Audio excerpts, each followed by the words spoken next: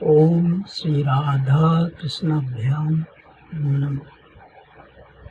राधिका कृष्णौ वंदे आत्मा कलेवर रूपिणौ याभ्यां विना न वर्तन्ति जगताः माया विनिर्मितम्।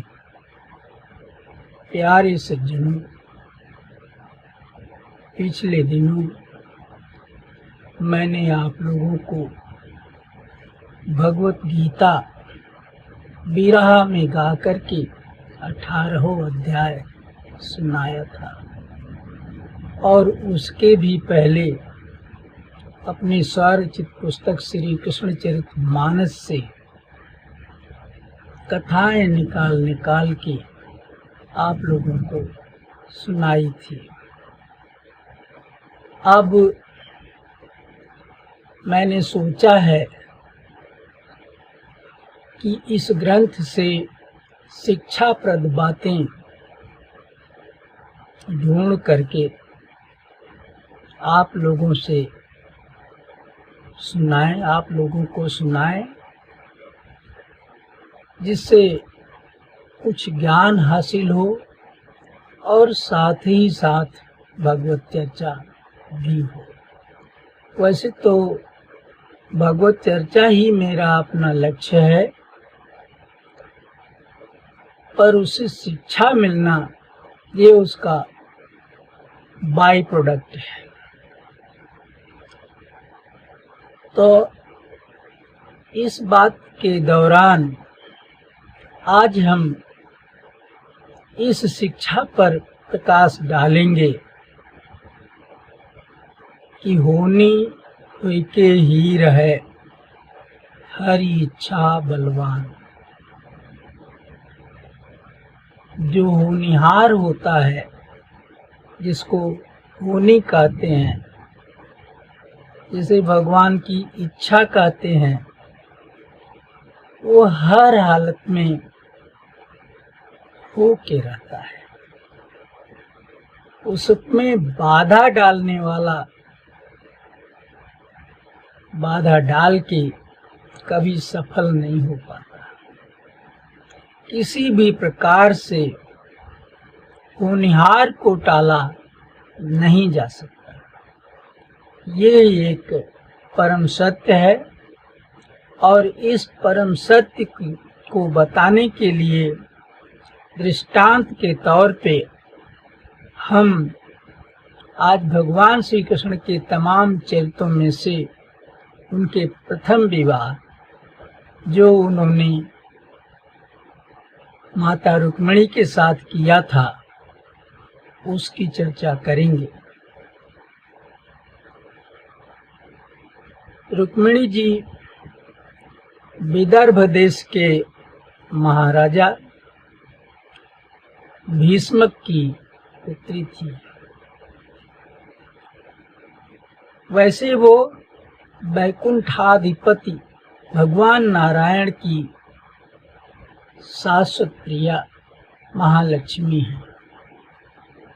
भगवान श्री कृष्ण की लीला में सहयोग देने के लिए वो रुक्मिणी जी के रूप में विदर्भ नरेश भीष्मक की पुत्री होके जन्मी है। महाराजा भीष्मक कुंडिनपुर में रहते थे।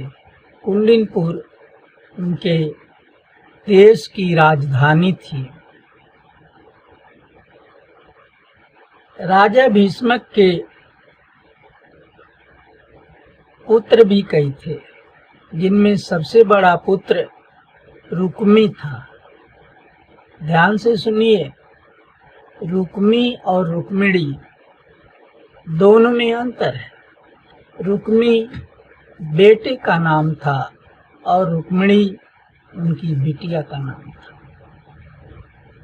रुक्मी जो था वो दुरात्मा था, पापी था। पिछले जन्म का कोई दैत्य आदि रहा होगा। जो इस समय महाराज भीष्मक का बड़ा पुत्र होके पैदा हुआ है, उसकी प्रवृत्ति आसुरी थी। सारे काम उसके तामसी और आसुरी जैसे होते थे। थोड़ा वो बलवान भी था, पर बहकता इतना ज्यादा था कि स्वयं उसके पिता महाराज भीष्मक उसे बहटियाते रहते थे। वो जिस बात पे अड़ जाता था वही होता था। महाराज उसके खिलाफ जाने की हिम्मत नहीं कर पाते थे, भले ही वो अधर्मकारी हो। ऐसा ही यहाँ भी हुआ। रुक्मिणी जी जब बड़ी हुई, विवाह के योग्य हुई, तो उनकी सुंदरता की चर्चा चारों तरफ फैल गई। पहले जितने राजा महाराजा हुआ करते थे, उनके दरबार में दूसरे राजा महाराजाओं की चर्चा चला करती थी। ये दो प्रकार से होती थी। एक तो ये कि कुछ लोग नारद जी की प्रवृत्ति के होते थे, जो एक स्थान से दूसरे स्थान पर टहला करते थे, कभी इस राजा के दरबार में तो कभी उस राजा के दरबार में जाते थे, स्वागत पाते थे और वहां जाकर के उन राजा साहब के हाल चाल पूछने के बहाने उनके पूरे परिवार का ब्यौरा जान लेते थे और दूसरे राजाओं की हालचाल जो उनके पास होती थी वो वहां बखान कर देते थे। फिर वहां से दूसरे राजा के यहाँ, तीसरे राजा के यहाँ जब जाते थे तो इनकी वाली जो हाल चाल जाने हैं इसे वहां बताते थे। तो एक माध्यम तो ये हुआ कि हर राजा के घर की बात दूसरे राजाओं को पता चला करती थी, और दूसरा माध्यम राजदूतों का हुआ करता था। हर राजा दूसरे राजा के पास जब किसी कारणवश अपना दूत भेजता तो वो दूत भी वहां जाकर के जो देखता था, जो सुनता था, वो लौटकर अपने राजा को बताता था। मुख्य कार्य के अलावा जो वहां देखा और सुना और जाना, वो आकर के वापस अपने राजा साहब को बताता था। तो इस तरह से वहां की हाल यहाँ भी पता चल जाती थी। तो इन दोनों ही माध्यमों से जब किसी राजा के यहाँ कोई सुंदर कन्या होती थी या कोई सुंदर राजकुमार होता था, ब्याह शादी नहीं हुआ है, तो उसकी चर्चा फैलती थी। हर राज दरबार में ऐसे सुंदर राजकुमारियों की चर्चा जरूर होती थी, क्योंकि उसकी उन्हें जरूरत रहा करती थी। वो अपने बेटे की शादी सुंदर लड़की से, राजकुमारी से करना चाहते थे, तो आखिर कैसे जानेंगे कि बड़ी अच्छी, बड़ी सुंदर या सबसे सुंदर राजकुमारी मौके पर कहाँ है। और जो राजकुमार सुंदर होते थे, तेजवान होते थे, प्रतापी होते थे, सर्वगुण संपन्न होते थे, उनकी चर्चा दूसरों के यहाँ चलती थी। तो लड़की वालों को भी अपेक्षा रहती थी कि जाने किसका लड़का कैसा है, और जरूरत पड़ेगी तो हम अपनी बिटिया का ब्याह या स्वयंवर करके कोशिश करेंगे वही हमारा दामाद बने। तो इस प्रथा के अनुसार जो हालचाल का आदान प्रदान होता था, उसमें रुक्मिणी जी के सौंदर्य, उनके जो है वो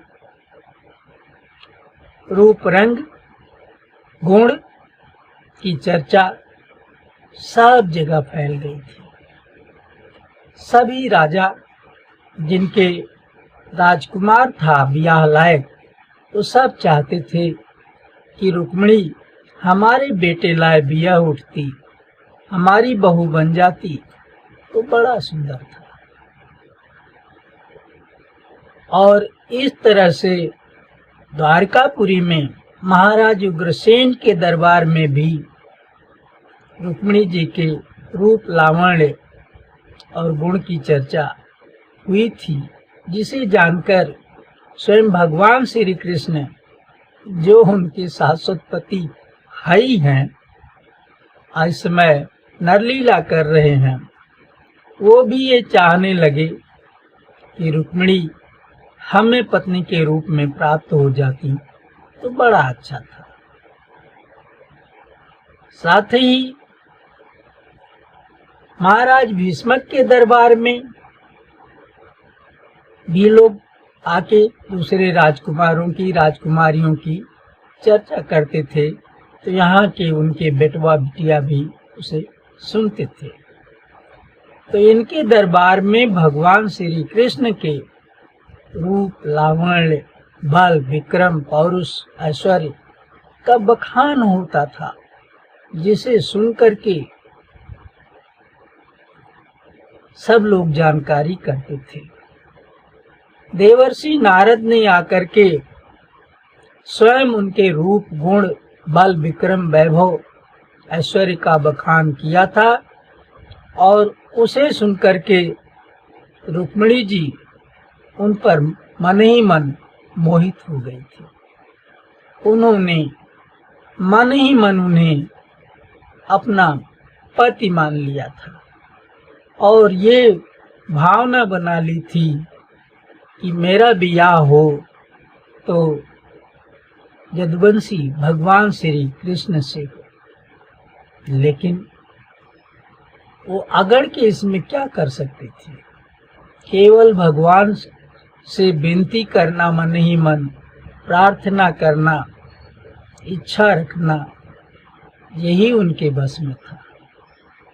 जब से उन्होंने भगवान श्री कृष्ण को पति रूप में स्वीकार कर लिया, तब से वो मन ही मन बहुत प्रसन्न रहती, उन्हें हर तरह से अपना सर्वस्व सौंपती, मन ही मन उन्हें स्नान कराती, कपड़ा पहनाती, भोजन कराती, सैया पे लेटाती, साथ में सोती, हाथ पैर दबाती, चवर ढोलती, सारी सेवाएं करती थी उन्हें, और उन्हें हृदय से लगाकर सोती थी, क्योंकि उन्हें पति रूप में स्वीकार किया था। लेकिन अब देखिए, उनका ब्याह कृष्ण भगवान के साथ होता है कि नहीं, ये उन्हें नहीं मालूम था। इसके लिए वो अपने पिताजी से मुंह खोल के कह भी नहीं सकते थे, इसलिए ये उनकी मनोभावना मात्र थी। अब इधर क्या हुआ, रुक्मिणी जी जब ब्याह योग्य हो गई, वो एक दिन महाराजा भीष्मक दरबार किए। उसमें उन्होंने अपने राजपुरोहित श्री सतानंद जी वही हैं जो महर्षि गौतम के पुत्र थे, अहिल्या माता के पुत्र थे, और कभी वो सीता जी के समय में राजा जनक के राजपुरोहित थे। वही सतानंद जी इस द्वापर में विदर्भ नरेश भीष्मक के राजपुरोहित हैं। तो सतानंद जी को और दूसरे ब्राह्मणों को जो विद्वान हैं, ज्ञानी हैं, विवेकशील हैं, उनको साथ ही साथ अपने विद्वान मंत्रियों, महामंत्री को और फिर अपने सभी बेटों को, इसके अलावा और भी जिसे वो उचित समझे, इन सबको बुला करके दरबार किया। दरबार में उन्होंने सबसे कहा कि देखिए, आप लोग ये जान रहे हैं कि हमारी बिटिया राजकुमारी रुक्मिणी अब ब्याह के योग्य हो गई। रोज आप अपनी आंखों से देखते हैं वो कितनी सुंदर है, कैसे उसके गुण हैं, कैसा शील स्वभाव है, कैसी चाल ढाल है, कुछ आप लोगों से छिपा नहीं है। इसलिए आज हम आप लोगों से ये परामर्श करना चाहते हैं कि उसके योग्य कोई वर बताने की कृपा करें। वैसे हमने अपने मन में सोच रखा है कि हमारी पुत्री के लिए जो वर हो वो या तो कोई देव कुमार हो या कोई राजकुमार हो या फिर वो कोई मुनि पुत्र हो, पर हो नवयुवक, नई उम्र का, दर्शनीय हो। दर्शनीय माने सुंदर हो, देखने में बहुत ही उसके रूप के अनुरूप सुंदर हो, गुणवान हो, उदार हो, क्षमाशील हो, बलवान हो, सदाचारी हो, सत्यसंध हो, यानी जितने भी अच्छे गुण हैं वो सब उसमें हों। ये सब चीज और फिर साथ ही साथ आयुष्मान हो, यानी स्वस्थ हो और देखने से लगे कि लंबी आयु इसकी होगी। ऐसे वर की इच्छा हम रखते हैं और आप लोग अब विचार करके बताइए, अगर आपकी जानकारी में है कोई वर ऐसा तो उसके बारे में बताइए, और ना जानकारी में हो तो आगे प्रयत्न करके ढूंढ के हमें बताइए। ऐसा कह के राजा साहब चुप हो गए। तब उनके राजपुरोहित सतानंद जी बोले कि महाराज, आप राजकुमारी के वर के बारे में जितने गुणों का बखान किए हैं, जितना आपने सोच रखा है, वो सारे गुण इस समय धरती पर अवतरित भगवान श्री कृष्ण के अंदर मौजूद है। वो द्वारकावासी देवकी वसुदेव के पुत्र जो कभी मथुरा में थे, उसके पहले नंद बाबा के यहाँ थे, उनसे ज्यादा न तो कोई सुंदर है, सुंदरता में वो मदन भी मोहन है, कामदेव भी उन पर मोह हो जाता है। बल विक्रम में काल के भी काल है, उनसे कोई ज्यादा बलवान नहीं है। ज्ञानवान में वो सर्वज्ञ है, सभी चीजों का उन्हें ज्ञान है, और दूसरे गुणों में भी वो बेजोड़ है, अजेय हैं।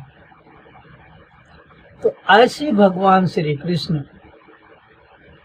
मौके पर द्वारकापुरी में विराज रहे हैं। वो राजकुमारी के समवयस्क भी हैं। उनसे अच्छा वर आपकी कन्या के लायक न तो कहीं है और न आगे होएगा।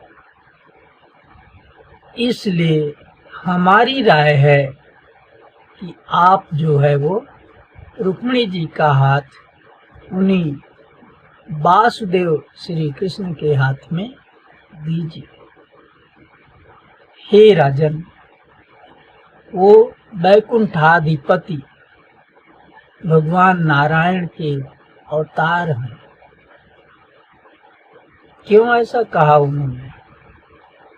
क्यों नहीं गोलोकपति भगवान श्री कृष्ण का अवतार क्यों नहीं कहा?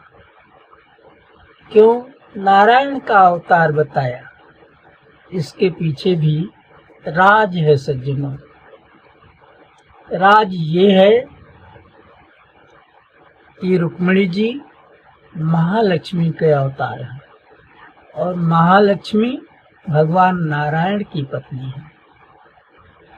इसलिए ब्याह गोलोकपति श्री कृष्ण के साथ उनका नहीं होगा, उनका ब्याह तो वैकुंठाधिपति नारायण के साथ होगा। और ये कृष्णावतार में सब जानते हैं कि गोलोक धाम के अधिपति भगवान श्री कृष्ण ही श्री कृष्ण के रूप में अवतरित हुए हैं। फिर ये कहाँ से वैकुंठाधिपति नारायण का नाम आ गया? तो इस रहस्य को जानने के लिए गौर कीजिए कि भगवान श्री कृष्ण जब अवतार लेने को तैयार हुए चाहे तो उन्होंने अपने सारे अंशों को जहाँ जहाँ वो बिखरे हुए थे सबको समेट के अपने में समवा करके तब धरती पर अवतार लिए थे। उनके अंदर भगवान नारायण वैकुंठ लोकाधिपति आके प्रविष्ट हो गए थे। उनके अंदर क्षीर सागर जिसे श्वेत द्वीप कहते हैं उसके अधिपति भगवान विष्णु आके प्रविष्ट हो गए थे।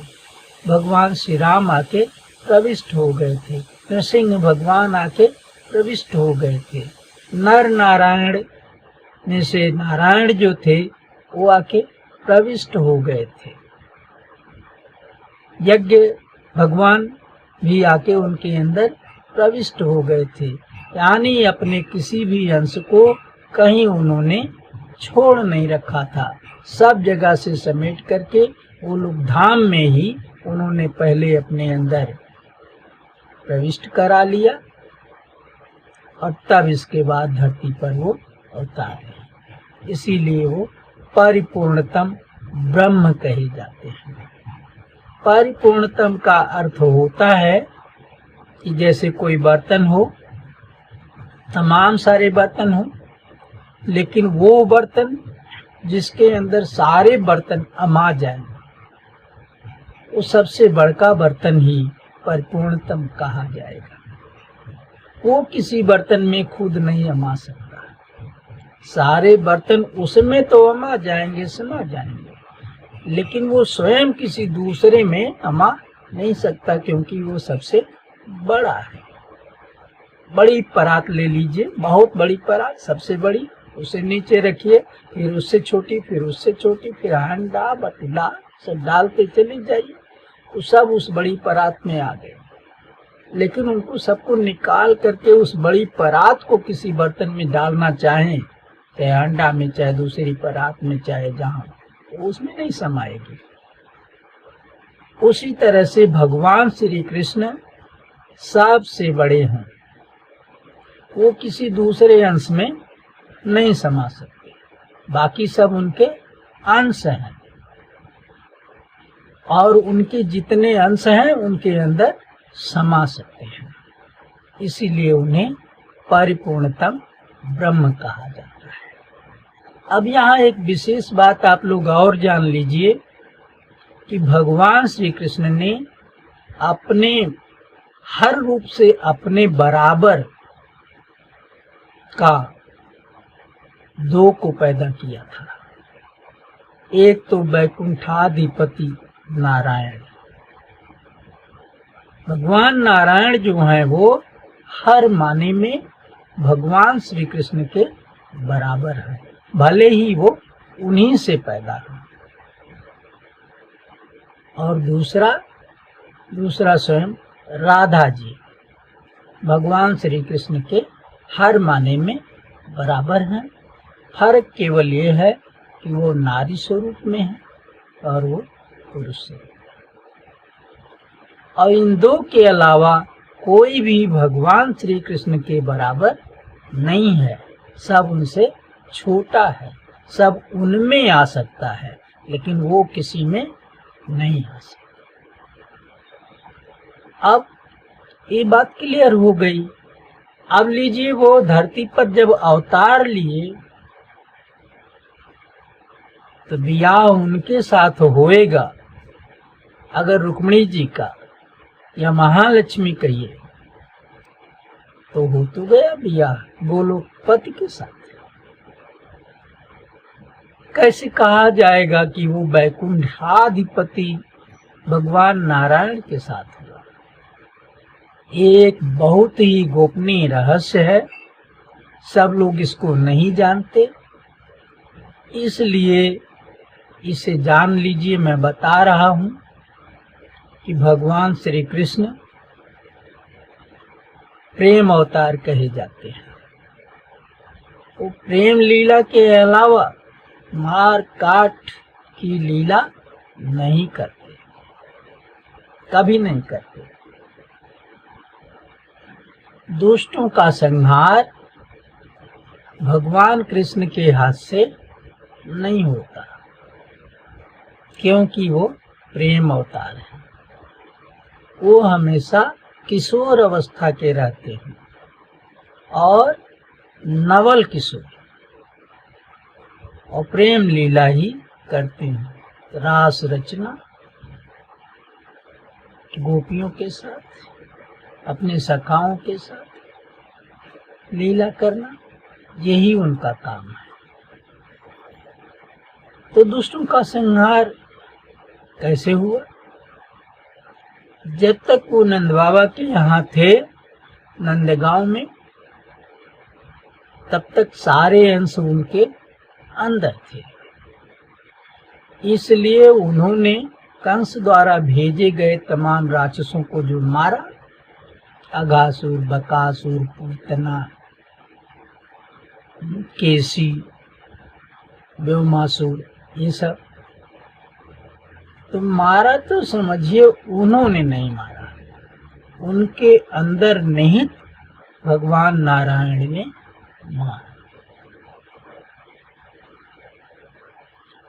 और जब वो नंदगांव छोड़ करके, वृंदावन छोड़ करके मथुरा चले गए, तब उनका दो रूप हो गया। एक तो कन्हैया का, और दूसरा कन्हैया के अलावा बाकी जितना अंश था वो निकल के अलग हो गया। और जो निकल के तमाम अंश अलग हुआ, उसमें भगवान नारायण सबसे बड़े थे, क्योंकि भगवान कृष्ण के बराबर थे।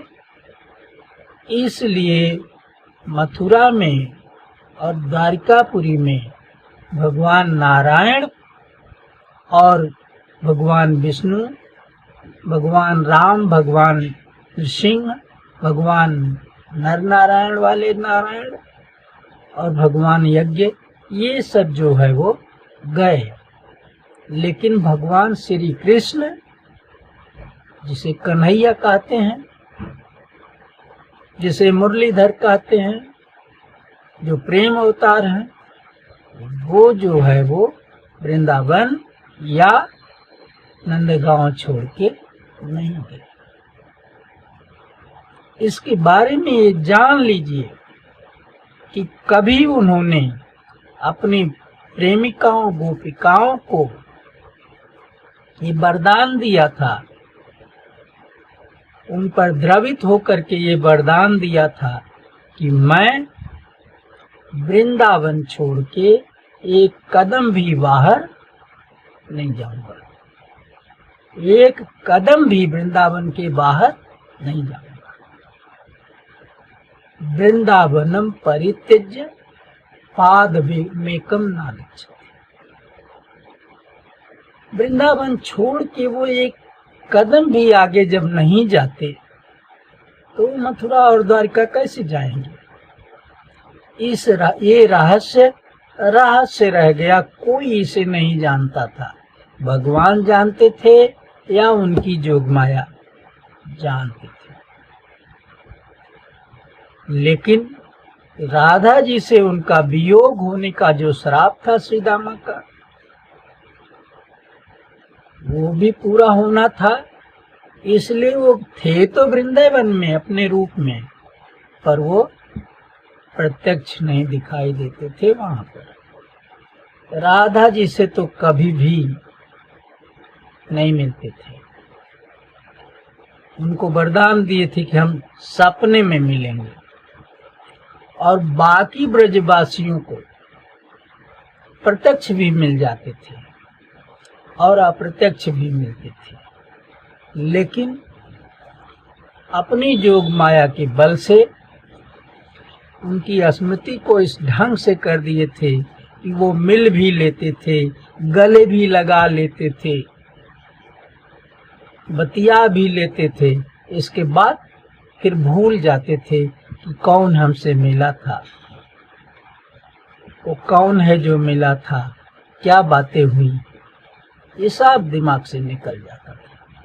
यही कारण है उद्धव जी जब गए थे भगवान श्री कृष्ण के भेजने पर गोपिकाओं के पास, तो वहां से लौट करके उन्होंने श्री कृष्ण भगवान से बताया कि प्रभु वहां जो है वो नंद ब्रज में एक बहुत बड़ा आश्चर्य मुझे देखने को मिला। मैं समझ ही नहीं पाया, वो आज भी रहस्य ही है। क्या वो आश्चर्य था कि बिल्कुल आपका ही स्वरूप, आप ही की अनुहार,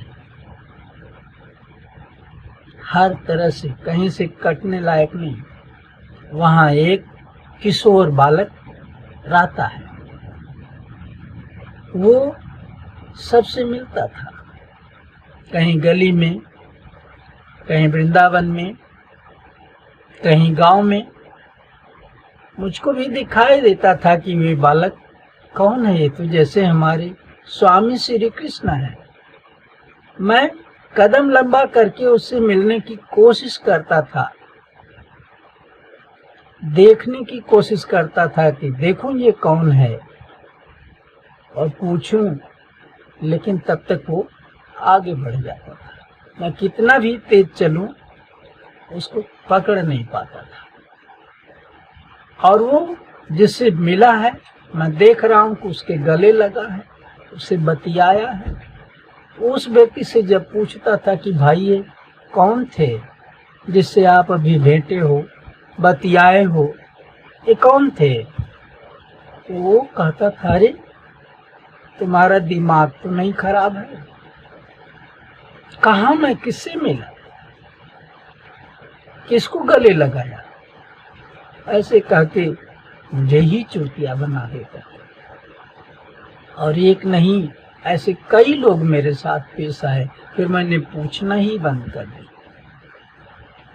एक बात और विशेष देखा प्रभु, वो सबसे तो मिलता था, कहीं मैया जसोदा जी से, कहीं नंद बाबा से, कहीं अपने सखाओं से, कहीं बड़े बूढ़ों से, लेकिन वो राधा जी से कटा रहता था, उनसे कभी मिलते उसे मैंने नहीं देखा। प्रभु एक अचरज अति महान, विरज मुई देखन महाय, ये भजन है, तो उद्धव जी ने ऐसे बताया था। तो ये उसी की पुष्टि करता है। इसलिए सतानंद जी ने बताया कि रुक्मिणी जी उन वैकुंठाधिपति भगवान नारायण की शाश्वत प्रिया हैं, और इनका विवाह उनके अलावा दूसरे के साथ हो ही नहीं सकता, होएगा भी नहीं। इनका ब्याह विधाता ने उन्हीं के साथ लिख भी रखा है। इसलिए हे राजन,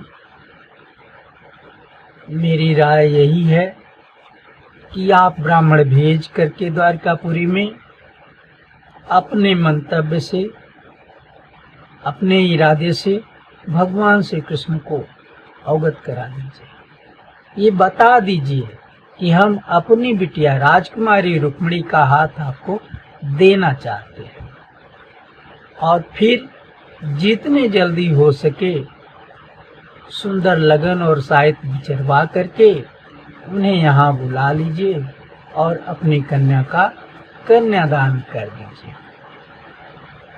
कन्यादान करके आप जो है वो अपना कल्याण कर लीजिए। यदि रुक्मिणी जी का कन्यादान आपने श्री कृष्ण के हाथ किया तो हे राजन, आप अपनी 100 पीढ़ियों सहित गोलोक धाम में अपना स्थान बना लेंगे। इसलिए कन्यादान तो दान में हुआ और बाकी अपना सर्वस्व उन्हें दक्षिणा में दे दीजिए। मेरी यही राय है।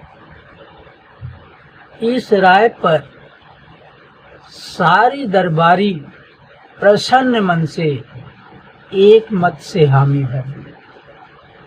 सब ने कहा कि हाँ राजन, बहुत अच्छी बात जो है वो राजपुरोहित ने बताई है, हम सब इससे सहमत हैं। तब राजा साहब अपने सिंहासन से उठे और राजपुरोहित को भर बार पकड़ के बाहों में खूब उन्हें प्रसन्नता से भेंटे। निहाल हो गए थे उनकी राय पर, गले लगाए, भेंटे और बोले कि आज आपने मेरा बहुत बड़ा उपकार कर दिया। और फिर उन्होंने उनको, ब्राह्मण थे ना वो, तमाम चीजें भेंट स्वरूप दी। तमाम रत्न दिया, सोना दिया, वस्त्र दिया, एक बड़ा रत्न निर्मित बड़ा प्यारा सिंहासन दिया, घोड़ा हाथी दी, रथ दिया, और साथ ही उन्होंने कुछ भूमि ऐसी दिया, कुछ खेत जो बिना जोते ही अन्न देती थी, और कुछ गांव, प्रशस्त गांव ऐसे दिए जिसकी लगान या राजकर के अधिकारी वो हो गए। इतना सब कुछ दे दिया और देने के बाद कहे कि हे राजपुरोहित, पंडित जी, मैं आपकी राय के अनुसार ही काम करूंगा और अपनी बिटिया का कन्यादान भगवान श्री कृष्ण के हाथ में करूंगा। हे सज्जनों, वहां पर सारे लोग तो इस बात से सहमत थे, पर अभी जैसा मैंने शुरू में बताया कि उनका बड़ा बेटा रुक्मी उदानवी प्रवृत्ति का था, आसुरी प्रवृत्ति का, वो इस बात से सहमत नहीं था। और उठ के वो बड़े गुस्से में उठ के खड़ा हो गया और बोला कि महाराज, आप इन भिखमंगों की बात में आ गए। ये भिखमंगे तो गलत राय देते हैं। राजपुरोहित को एड्रेस करके, संबोधित करके उसने कहा कि इन भिखमंगों की राय में आप पड़ गए हैं। अरे ये तो आपको गलत राय देंगे ही देंगे और आप ही मति भ्रष्ट हो गए। कहाँ से आप इस बात को सुनकर के बहुत प्रसन्न हो गए और ये तय कर लिया कि हम अपनी बिटिया का हाथ कृष्ण को देंगे। कृष्ण कहाँ का जो है योग्य वर है, आपकी बिटिया तो देवताओं की योग्य है और आप उस नीच को देंगे जो महाभागा है, न तो वीर है, न धनी है, न कोई सद्गुणी है। उसके पास क्या था? वो नंद का चरवाहा था, वैश्य वर्ण का है, क्षत्रिय है ही नहीं है, बालों का जूठ खाया करता था, ग्वालनियों का लंपट है वो, व्यभिचारी, और कालयवन को युक्ति के साथ मुचकुंद की दृष्टि से जलवा दिया और उसका धन लेकर के धनवान बन गया। इसके पास कोई धन था। और फिर जो है वो जरासंध से डर के मथुरा छोड़ के भाग गया, जाके समुंदर में बसा। उस नीच, आकुलीन, दुर्गुणी, दुराचारी के साथ आपने कैसे सोच लिया कि मेरी बहन रुक्मिणी का ब्याह होएगा? मैं ये कदाप नहीं बर्दाश्त कर सकता। अगर ब्याह के लिए वो यहाँ पर आया तो मेरे हाथों मारा जाएगा, जमपुर जाएगा वो। मैं दुर्वासा का शिष्य हूँ और रण शास्त्र की सारी कला, सारी विद्या मुझे आती है। मेरे बराबर धनुर्धारी रणशास्त्री कोई है ही नहीं है। मेरा जोड़ा तो धरती पर इस समय केवल दो हैं, एक भगवान परशुराम और दूसरा शिशुपाल। शिशुपाल भी स्वर्ग विजयी है, बलवान है, राजा धीराज का लड़का है, भीष्म का, अरे उनका दमघोष का। वो आपकी बिटिया के लिए योग्य वर है और उसे छोड़ करके आप जो है वो कृष्ण के साथ ऐसा करना सोच रहे हैं। मेरी राय मानिए, आप शिशुपाल को रुक्मिणी के वर के रूप में चुनिए, इसका टीका वहां चढ़ाइए और कन्यादान उसी के हाथ में कर दीजिए। नहीं करेंगे ऐसा, कृष्ण के साथ करेंगे तो मैंने बता दिया कि ब्याह तो दूर की बात, श्री कृष्ण को मैं जमपुरी भेज दूंगा। अब ये बात सुनकर और साथ ही साथ पुरोहित जी को 100 बार भिखमंगा, तुच्छ, नीच, अभागा कुल कहा। पूरा दरबार सन्न हो गया, क्योंकि ये एक दुराचारी था, दुष्ट था, इससे कोई वहां पेश पाने वाला नहीं था। इसलिए मौना जत्र तत्र ही शोभते, सभी लोगों ने मौन रहना उचित समझा, कोई कुछ नहीं बोला। फिर सभा विसर्जित हो गई। आड़े जाकर के एकांत में राजा भीष्मक ने अपने राजपुरोहित को, अपने मंत्रियों को बुलाया और वहां फिर से इस पर चर्चा की। बोले, अब बताइए हमें अब क्या करना चाहिए? हमारा ये लड़का इस तरह का अवरोध खड़ा कर दिया, हमारी नैया पार होते होते डूबने को चली गई भंवर में। क्या सलाह देते हैं आप लोग? सबने कहा कि राजन, इससे भिड़ना ठीक नहीं है, इससे आप तो नहीं भिड़ेंगे, बेटा समझ करके पिता का आप धर्म निभाएंगे, लेकिन वो आपको पिता समझ करके पुत्र धर्म नहीं निभा सकता, वो आपसे भिड़ जाएगा, वो दुष्ट है, इसलिए आप बहटिया जाइए और उसी की बात मान लीजिए। रुक्मिणी का विवाह शिशुपाल से करने का काम करिए।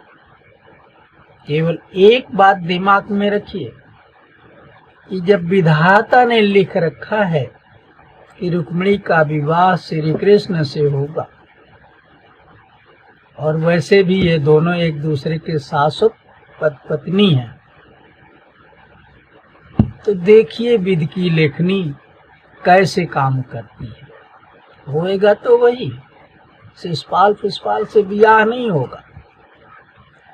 तो आप काहे को जो है वो अपनी ओर से झंझट मोल लेंगे।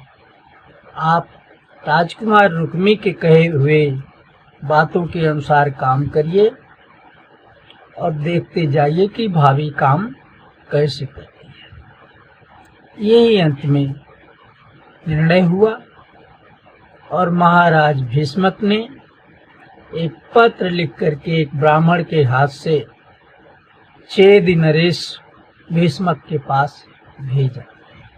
जैसे इनका विदर्भ देश था और उसकी राजधानी कुंडिनपुर थी, वैसे ही वो चेदि देश था और उसकी राजधानी चंद्रिकापुर थी। वहाँ पर ये महाराज दमघोष रहते थे, जो भगवान श्री कृष्ण के फूफा लगते थे और शिशुपाल उनका फुफेरा भाई लगता था। और ये भी जान लीजिए कि पिछले जन्म में वो रावण था, इस जन्म में वो शिशुपाल हुआ है। ये इसका अंतिम जन्म है, तीसरा जन्म, क्योंकि जय विजय जो वैकुंठ के सरापे गए थे कि 3 जन्म तुम जो है वो दैत्य होगे और तीनों बार भगवान के हाथों मारे जाओगे, तीसरी बार उद्धार हो जाएगा। तो वो जो है वैकुंठ से पतित हो गए। पहले वो हिरण्याक्ष और हिरण्याकश्यप हुए, फिर भगवान ने उनको मार के खत्म किया। तब दूसरे जन्म में वो रावण और कुंभकर्ण हुए, फिर भगवान ने उनको मारा, उनके लिए अवतार लिया। और इस जन्म में वो शिशुपाल और दंतवक्र हुए हैं।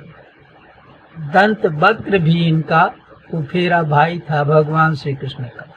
वो दूसरी फुआ से का लड़का था और ये दूसरी फुआ की लड़की थी। दंतवक्र और शिशुपाल आपस में मौसेरे भाई थे और थे पिछले जन्म के रावण और कुंभकर्ण।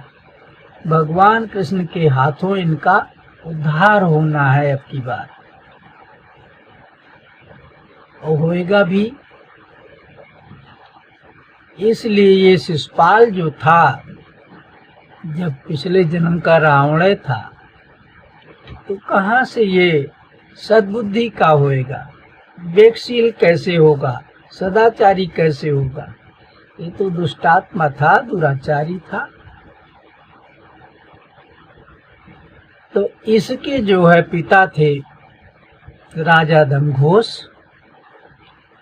चेदि क्षेत्र के, चेदि राज्य के राजा थे। चंद्रिकापुर राजधानी में रहते थे। वहाँ पर महाराज भीष्मक ने चिट्ठी लेकर लिख करके भेजा ब्राह्मण को। पंडित जी वहाँ पर गए, दरबार में उनका स्वागत हुआ और उन्होंने महाराज भीष्मक का संदेश कहा और वो चिट्ठी दमघोष जी को थमा दी। चिट्ठी पढ़ के दमघोष परम प्रसन्न हुए। परम प्रसन्न इसलिए हुए कि रुक्मिणी की चर्चा वो भी सुन चुके थे कि राजकुमारी रुक्मिणी मौके पर परम रमणीय ज्योति है, उतनी सुंदर किसी की कन्या नहीं है। अब देखिए वो किस सौभाग्यशाली के हाथ लगती है। सभी राजा उसे चाहते थे कि मेरी पत्नी हो जाए, मेरी बहू हो जाए। तो दमघोष भी चाहते थे। और जब उनके पास बिना किसी प्रयत्न के चिट्ठी आ गई, उसमें लिखा था कि महाराज दमघोष जी, मैं विदर्भ नरेश भीष्मक आपको सादर प्रणाम करता हूँ और आपसे निवेदन करता हूँ कि मेरी रूपवती गुणवती कन्या जो रुक्मिणी है, उसका हाथ मैं आपके पुत्र शिशुपाल के हाथ में देना चाहता हूँ। इसके लिए आपका कृपाकांक्षी हूँ, कृपया मेरी प्रार्थना स्वीकार करिए। यही उस पत्र में लिख के भेजे थे। उसे जब वहाँ पर दमघोष ने पढ़ा तो वो फूले नहीं समाये, इतने प्रसन्न हुए मानो उनकी भाग्य खुल गई। और उस खुशी में उन्होंने ब्राह्मण देवता का बड़ा स्वागत सत्कार किया, खूब दान दक्षिणा दिया और एक जवाब लिख के चिट्ठी में दिया कि हमारा अहोभाग्य है कि आपने हमारे बेटे को अपने दामाद के रूप में चुना। हम बहुत प्रसन्न हैं और आपके द्वारा निश्चित तिथि पर हम बारात लेके आपके यहाँ आएंगे। ऐसा लिख करके दे दिया। पंडित जी लौट आए और ला करके यहाँ पर राजा भीष्मक को चिट्ठी थमा दी, सब बात बता के अपने घर चले गए। अब ब्याह तय हो गया।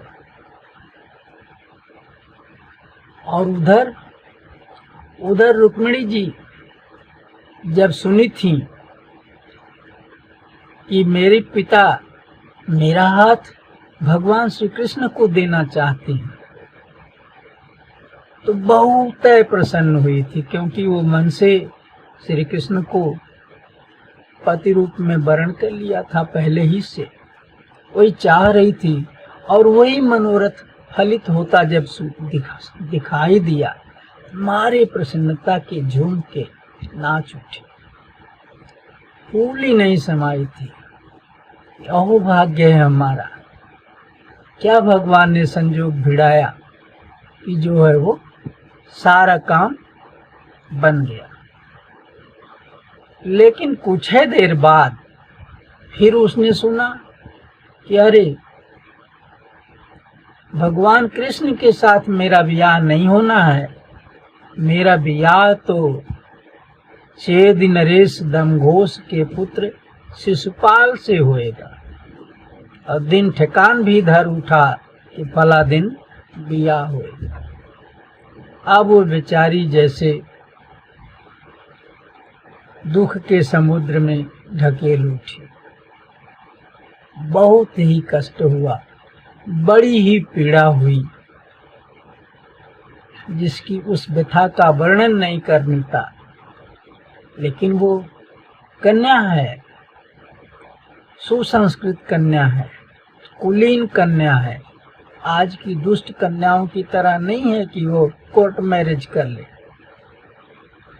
वो जो है वो दुख के मारे दुखी हो करके अपने घर में चुपचाप रहने लगी और ये सोचने लगी कि भगवान श्री कृष्ण करुणा के सागर हैं, अंतर्यामी हैं, सर्वज्ञ हैं।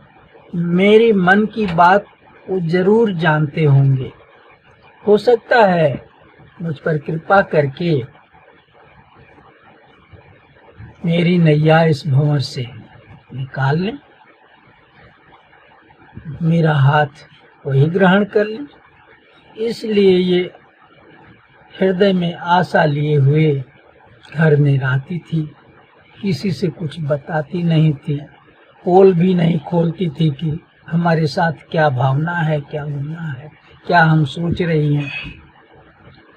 भीतर ही भीतर बेचारी विष का घूंट पी रही थी और वो रह रही थी। विनती करना उनके हाथ में था। आड़े उल्टे रात में भगवान से हरदम मनाया करती थी कि प्रभु हम पे कृपा करके हमें अपनाइए। लेकिन उनके अनुसार कहीं कुछ होता नजर नहीं आया। 3 दिन बकाया रह गया ब्याह के। छिटपुट बाराती भी आना शुरू हो गए वहां।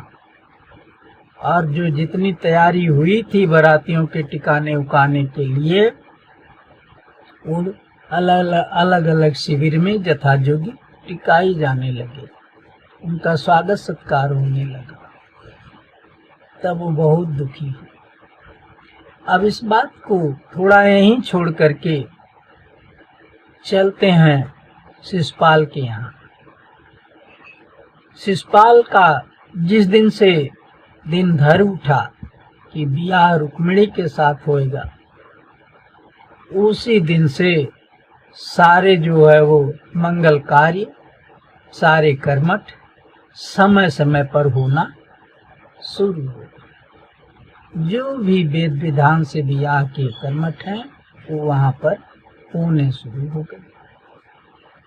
और फिर दिन जब करीब आया, बारात चलने की बात आई, तो जितने न्योतारी थे उसके अपने साथी बराती थे, नात बात थे, सबको न्योता भेजा था। वो सब वहां इकट्ठा होना शुरू हो गए। शिशुपाल के मन में ये बात जगी, जाना वो कि मेरा ब्याह तो रुक्मी ने तय किया है, नहीं तो महाराज भीष्मक रुक्मिणी का ब्याह कृष्ण के साथ करने जा रहे थे, और उनकी चली होती तो वहीं करते भी।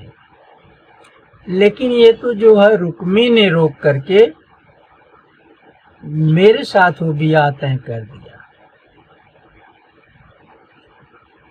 तो हो सकता है किसी बहाने कृष्ण भी वहां आवे, और अगर कृष्ण वहां आए तो ये भी हो सकता है कि कोई रार हो, लड़ाई भी हो। तो इसलिए तैयारी के साथ चलना चाहिए।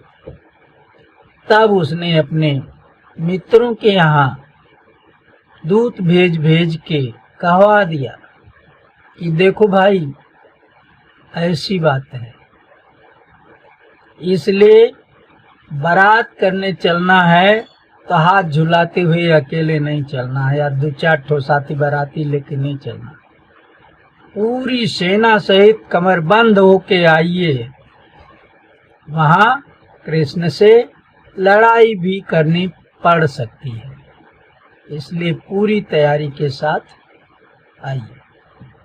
जब ये खबर वहां पर पहुंच गई सबके यहाँ, तो उसके साथी दुष्ट राजा जो थे वो अपनी चतुरंगिनी सेना, चतुरंगिनी माने हाथी वाली, घोड़ा वाली, रथ वाली, पैदल वाली, 4 प्रकार की सेना को चतुरंगिनी सेना कहते हैं। वो सजा के वो लोग और स्वयं भी वीरवाना धारण करके आए। स्वयं जरासंध 10 अक्षौहिणी सेना लाया,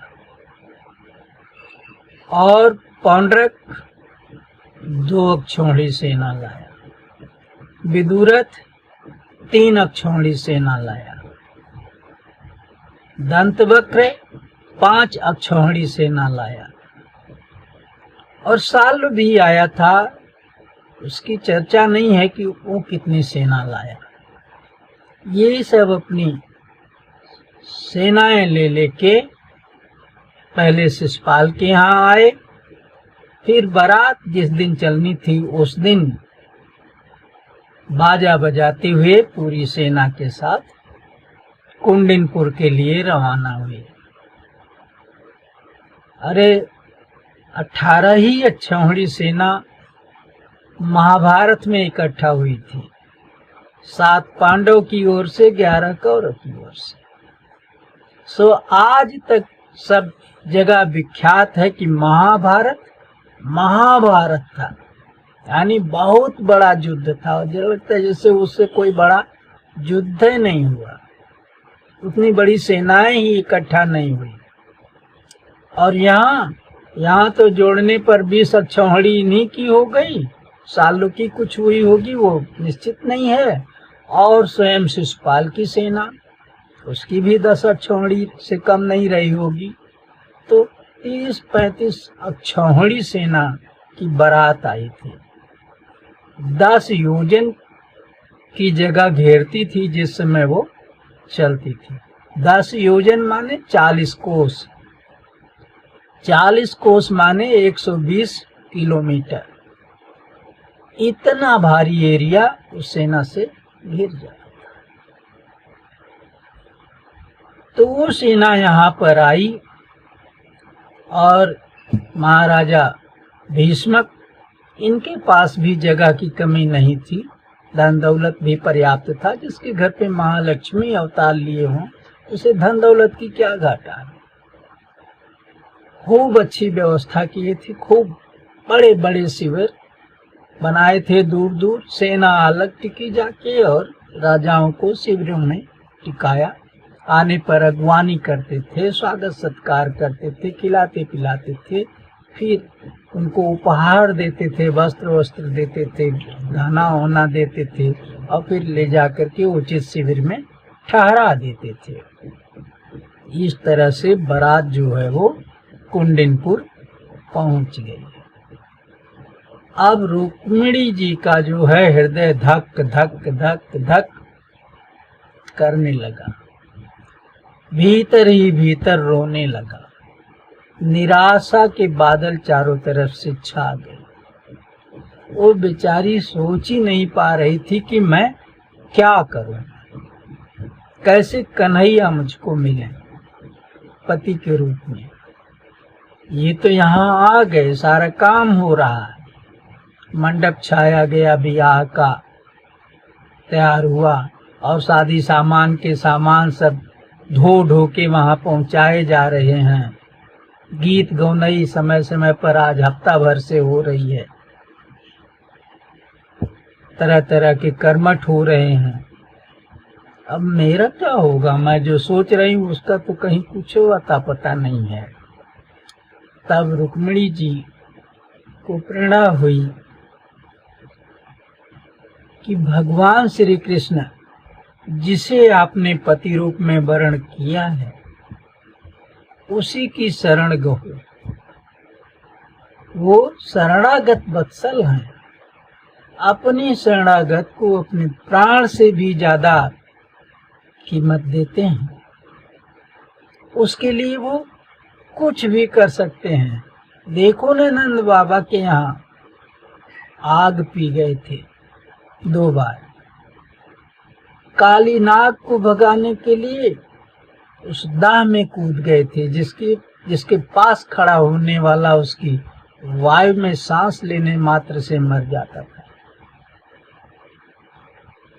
तो भगवान ने अपने शरणार्थियों को कैसे कैसे बचाया, कैसे गोवर्धन पर्वत उठा लिया। और मैं अगर शरणार्थी होके उनकी शरण में जाती हूँ तो कैसे नहीं वो मेरी रक्षा करेंगे।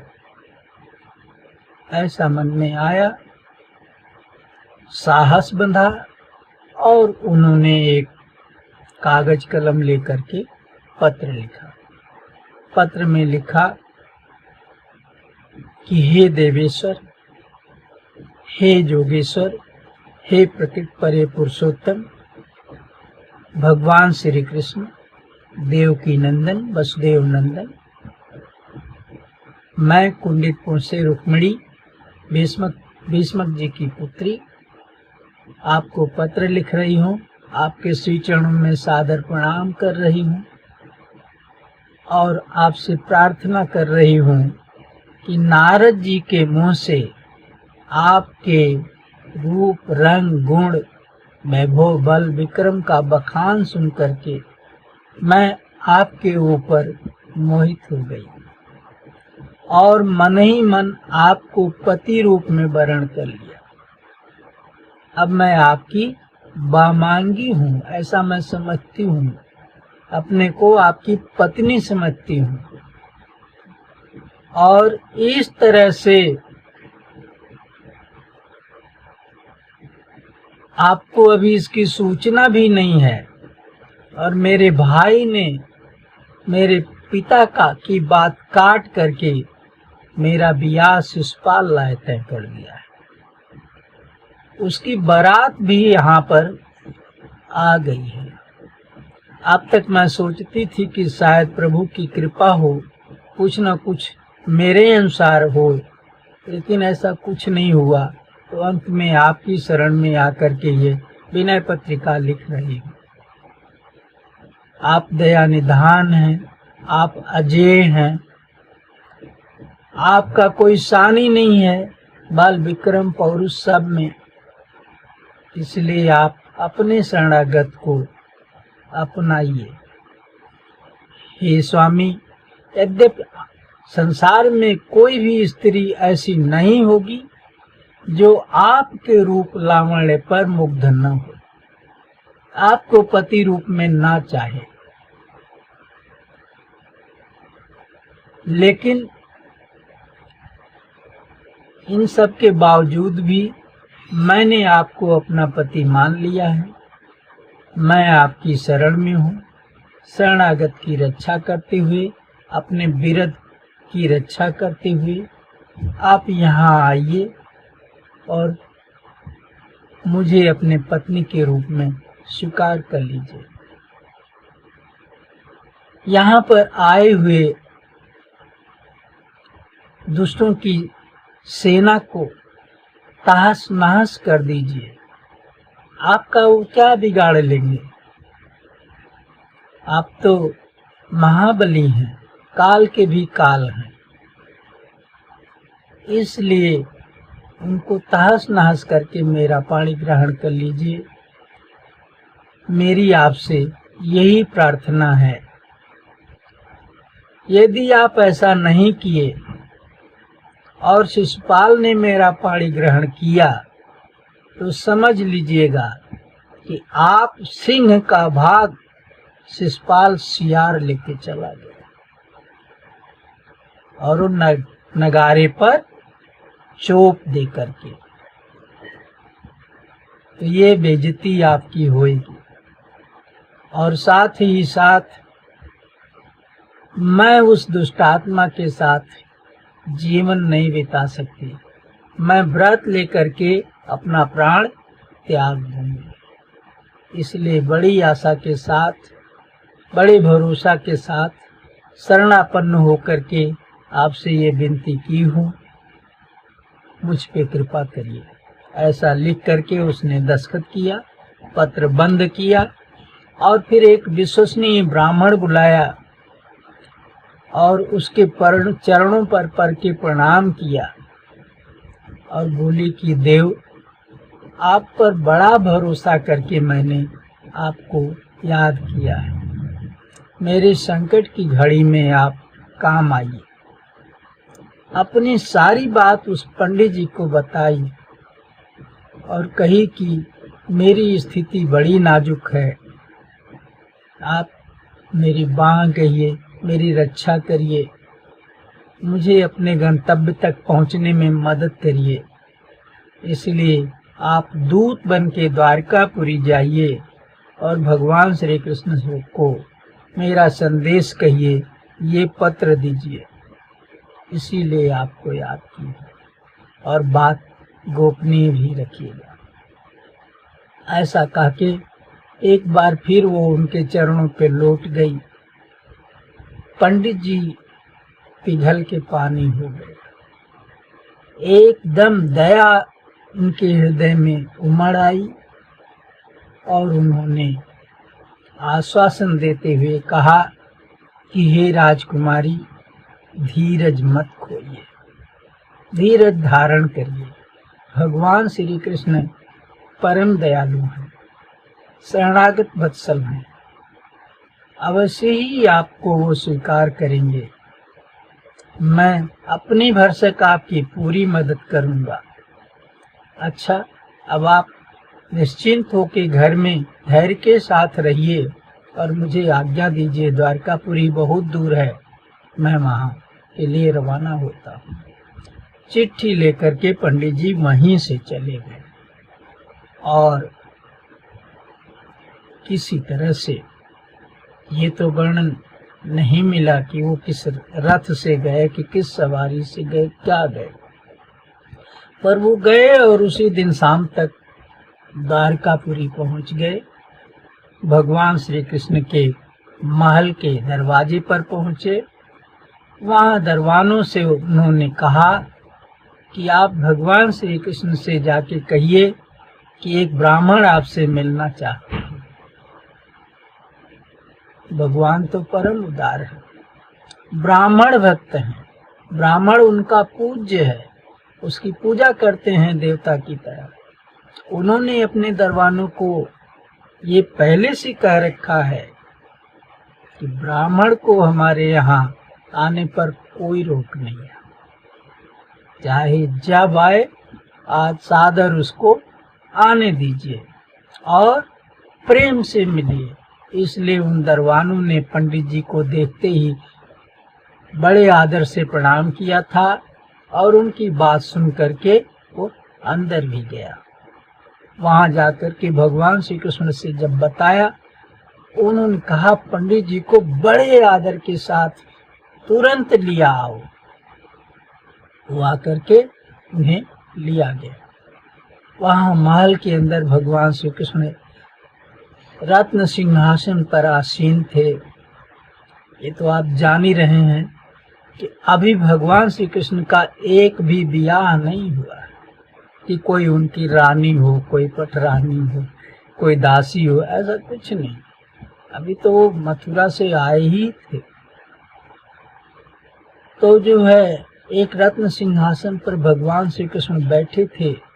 जैसे ही पंडित जी को देखे दूर से आते हुए, तैसे सिंहासन छोड़ के बड़ी तेजी से आगे बढ़ के उनकी अगुवानी किए, उनके चरणों पे गिर के प्रणाम किए, फिर उनका हाथ पकड़ के ले आए बड़े प्यार के साथ और अपने सिंहासन पर बैठा दिया।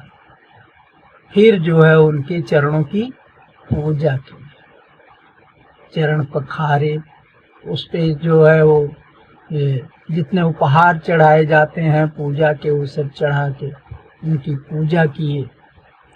पूजा करने के बाद तब हाल चाल पूछे कि आप कैसे हैं। इतना पूछने के बाद तब फिर उनके भोजन की व्यवस्था हुई, खाना पीना सब खिला पिला के फिर कोमल सैया पर उन्हें लिटा करके और भगवान श्री कृष्ण उनका पैर दबाने लगे। उनका पैर दबाते हुए उन्होंने कुछ चर्चा किया कि ब्राह्मण देवता, आपका चित्त तो शांत रहता है ना, आप अपने में संतुष्ट तो है ना, कोई आपके कुल धर्म निभाने में बाधा उधा तो नहीं पड़ती। जो ब्राह्मण जो कुछ मिल जाए उसी में संतुष्ट रहता है, उसकी सारी इच्छाएं जो है उसकी तुष्टि ही पूरी कर देती है। इस तरह की बातें कुछ पंडित जी से कह रहे थे। पंडित जी लेटे लेटे भगवान का मुंह निहार रहे कि कितने उदार हैं, कितने दयालु हैं। देखिए त्रिलोकीनाथ हैं और कैसे पेश आ रहे हैं, कैसे बतिया रहे हैं। उनका मुंह देखते रह जाते थे।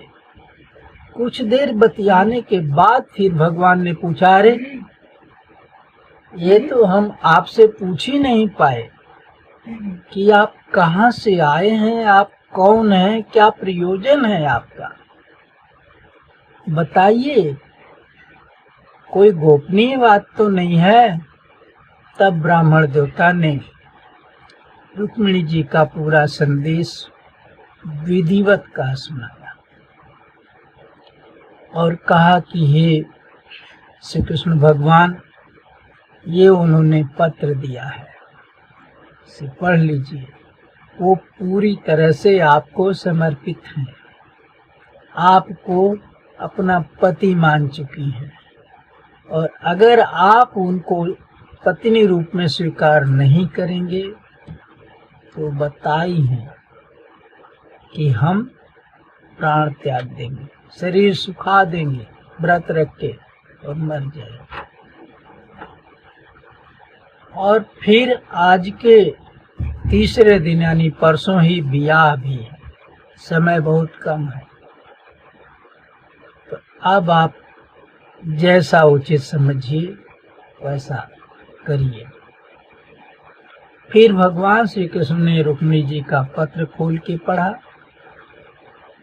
उसे पढ़कर उन्होंने पाया कि रुक्मिणी जी का मेरे प्रति प्यार एकदम सच्चा है, सच्चे मन से वो हमको अपना पति मान चुकी है। तब उन्होंने ब्राह्मण देवता से बताया, भगवान भी तो सत्यसंध हैं, असत्य बोलते नहीं, इसलिए उन्होंने कहा कि हे ब्राह्मण देवता, जिस प्रकार आपकी राजकुमारी जी मुझको चाहती हैं और अपना पति मान चुकी हैं, उसी प्रकार मैं भी आपकी राजकुमारी को अपनी पत्नी के रूप में चाहता था। बहुत जो है वो दिल में इच्छा थी, हरदम उन्हीं का चिंतन करता था, रात को नींद भी ठीक से नहीं आती थी कि क्या करें, कैसे वो राजकुमारी हमको पत्नी के रूप में मिले। अब आपने ये पत्र लाके दे दिया तो आज मुझे अपार प्रसन्नता हुई है। अब आप देखिएगा कि जो छत्री नाम के कलंक वहाँ इकट्ठा हुए हैं, कहने को केवल छत्री है, क्षत्रियता उनके अंदर नहीं है। वो जो वहाँ पर जमघट लगाए हुए हैं, बारात लेके आए हैं और अपने को राजा और छत्री कह रहे हैं। अब मैं चलूंगा और जैसे समुंदर मथ के चंद्रमा निकाल लिया गया था ना, वैसे उन सबको तहस नहस करके राजकुमारी जी को प्राप्त कर लूंगा। आप बिल्कुल चिंता मत करिए। ऐसा कह के उन्होंने तुरंत अपने सारथी को बुलाया, दारुक को, और उनसे कहा कि मेरा रथ सजा के तुरंत ले आओ बिना विलंब के। वो दौड़ता हुआ गया और उनके रथ तो सजा ही था, उनके घोड़ों को, चारों दिव्य घोड़े थे, चारों घोड़ों को उनमें नाधा और दौड़ा के रथ ला के द्वारे खड़ा करके अंदर जाके प्रणाम करके कहा, प्रभु रथ आ गया है। भगवान श्री कृष्ण तुरंत ब्राह्मण देवता के साथ बाहर निकले, पहले उनको रथ पे बैठाया, फिर स्वयं बैठे और फिर रथ आके वो चल दिए। वो दिव्य रथ था, पानी पर भी चल सकता था, हवा में भी उड़ सकता था, उसका कोई जोड़ नहीं था। और गरुड़ ध्वज रथ कहते थे उस पर, उसकी ध्वजा पर गरुड़ का निशान था। रात भर चल करके भगवान श्री कृष्ण सुबह होते होते कुंडनपुर पहुंच गए और वहां जाकर के नगर के बाहर जो रक्षा की दीवार बनी थी, दीवार के बाद जो है वो 3 ठो खाइयां बनी थी पानी से भरी हुई, गहरी गहरी। उसके भी बाहर एक बगीचा था। उस बगीचे में ये रथ रोके, दोनों जने उतरे उससे और घोड़े की जो झूल थी उसे एक इमली के पेड़ के नीचे बिछा के उसी पर बैठ गए 3 जने, पंडित जी, भगवान और दारुक सारथी। ये बात तो इस तरह से भगवान कृष्ण की हुई। अब जो है वहां सुबह हुई, बलराम जी जागे, उन्हें खबर मिली कि कन्हैया तो रुक्मिणी का हरण करने कुंडनपुर गए रतिये में। वहां तो सब दुश्मन लोग इकट्ठा हैं, जरासंध है, पौंड्रक है, सालो है, दंतवक्र है, ये सब द्वेष रखते हैं कन्हैया से और बड़ी भारी सेना लेके आए हैं। रुक्मी स्वयं एक दैत्य है समझिए। तो जब ये दुल्हन का अपहरण कर लेंगे तो वहां भीषण मार होगी। यद्यपि हमारा कन्हैया अजेय है, सर्वसमर्थ है, वो सबको परास्त कर देगा, कोई चिंता की बात नहीं है। लेकिन फिर भी चिंता की बात है कि ये सब जानने के बावजूद भी मैं यहाँ रुका कैसे रहूं? यहाँ मैं रह पाऊंगा? नहीं, कदापि नहीं। उन्होंने फटाफट जो है वो अपनी सेना सजवाई और चल दिए वहां से। यदुवंशियों में ज्यादा लोग नहीं थे, मुख्य रूप से बलराम जी और उनके एक छोटे भाई थे गद, वो भी बहुत ही बलवान और पराक्रमी थे। यही 2 अगुआ थे, बाकी कुछ छोटे मोटे यदुवंशी रहे होंगे और छोटी सी सेना थी। उसको लेकर के वो बड़ी तेजी से दौड़ते हुए वहां से चले। अब वहां की बात वहीं छोड़ दीजिए, अब यहाँ रुक्मिणी जी के पास आइए। रुक्मिणी जी को उनकी सखियां महल में घेर के उन्हें दुल्हन के रूप में समझकर उनसे ठिठोलियां कर रही थी, विनोद कर रही थी। कहीं उनके श्रृंगार में कुछ जो सजा बजा देती थी। इस तरह से उन्हें प्रसन्न कर रही थी, हंसी मजाक चल रहा था। तभी पंडित लोग आए, अथर्ववेद के विज्ञ ब्राह्मण लोग, और उन्होंने रुक्मिणी जी का मंगल स्नान करवाया, वस्त्राभूषण पहनवाए और इसके बाद उन्हें कंगन बांधा कलाई में। कंगन बांध करके उन्हें सुरक्षा प्रदान किया। तब अब रुक्मिणी दुल्हन के रूप में समझिए सज गई हैं, और जो है वो अब 2 ही दिन बचा है बियाह के। एक तो आज का दिन और फिर कल का। आज के दिन उन्होंने ये भी पत्र में भगवान श्री कृष्ण को लिख के भेजा था, ये हम आपको बताना भूल गए। क्या लिख के भेजा था कि हे भगवान, हे मेरे प्रियतम, हमारे यहाँ की एक प्रथा है कि बियाह के 1 दिन पहले जिस कन्या का बियाह होता है वो गांव के बाहर देवी के मंदिर में जाकर के पूजा करती है। और ये पूजा साधारण तौर पे नहीं होती, गाजा बाजा और बहुत बड़े जुलूस के साथ होती है। घर से राजकुमारी जो है वो बड़ी भारी संख्या में स्त्रियों और फिर सैनिकों के साथ वहां जाती हैं। वहां जाके वो पूजन करती हैं देवी की, फिर लौट के अपने घर आती हैं। तो आप अगर ये सोचते हो कि राजकुमारी तो महल के अंदर रहती होंगी, वहां अगर मैं चलूं भी तो उन्हें कैसे पाऊंगा, और उन्हें पाने के लिए उनकी घर वालों को मारना पड़ेगा। तो ऐसा कुछ नहीं है। मैं ये आपको उपाय बता देती हूँ कि पूजा के दिन यानी कल भर आप वहाँ आ जाइए। मैं वहाँ पूजा करने जाऊंगी मंदिर में, और उसी समय आप मेरा हाथ पकड़ लीजिए, ग्रहण कर लीजिए। कुछ नहीं करना पड़ेगा आपको मारपीट। वहां पर हमारे घर वालों के साथ कोई मारपीट नहीं करनी पड़ेगी। तो ये जो है वो बताई थी।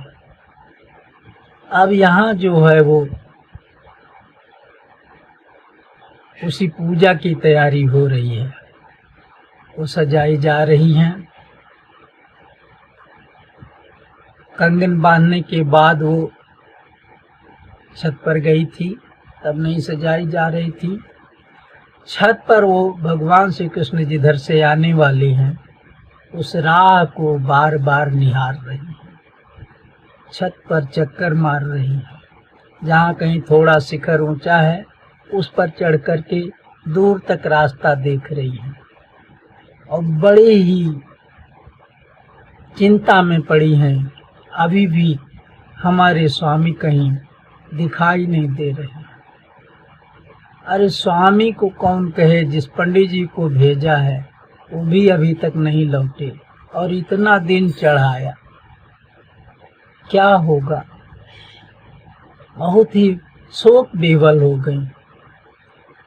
तभी कुछ है क्षण में उनको एक शुभ शकुन दिखाई दिया। उनके बाएं अंग फड़कने लगे, बाएं बांह, बाएं आंख, बाएं जांघ, ये सब फड़कने लगे। तो राजकुमारी इस मंगलदायक शकुन को सोच करके प्रसन्न हो गई, खुश हो गई। वो जो है सोची कि ये शकुन हमको ये बता रहे हैं कि राजकुमारी तुम धीरज धरो, तुम्हारे प्रियतम आ रहे हैं।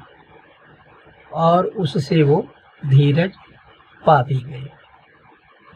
कुछ ही क्षण बाद फिर जब उस रास्ते की तरफ देखी तो उनके भेजे हुए पंडित देवता आ रहे थे।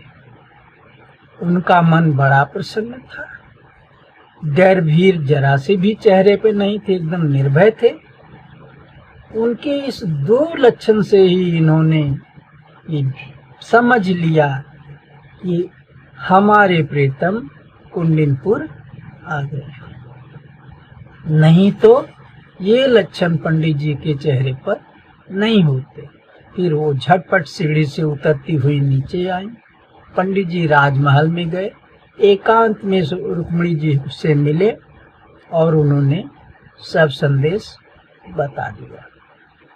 उन्होंने कह दिया कि हे राजकुमारी, भगवान श्री कृष्ण कुंडिनपुर आ गए हैं और वो आपको लेने के लिए पैजबद्ध हैं, प्रतिज्ञा किए हुए हैं, अवश्य ले जाएंगे। ये बात सुन करके रुक्मिणी के सुख का ठिकाना नहीं, इतना हर्षित हुई, इतना प्रसन्न हुई जिसका कोई वर्णन ही नहीं।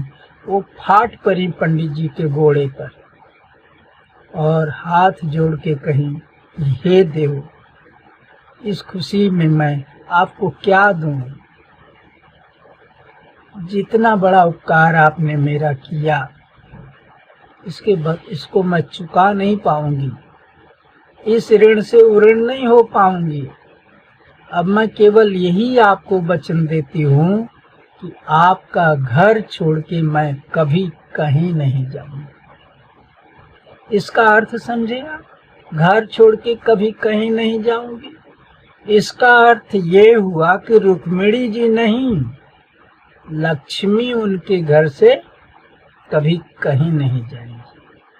लक्ष्मी का वास रहेगा उनके घर, क्योंकि रुक्मिणी जी महालक्ष्मी के अवतार हैं। पंडित जी बहुत प्रसन्न हुए, अपार प्रसन्न हुए और अपने घर चले गए। अब तो बहुत खिली खिली राजकुमारी घर में रहने लगी। और उधर क्या हुआ?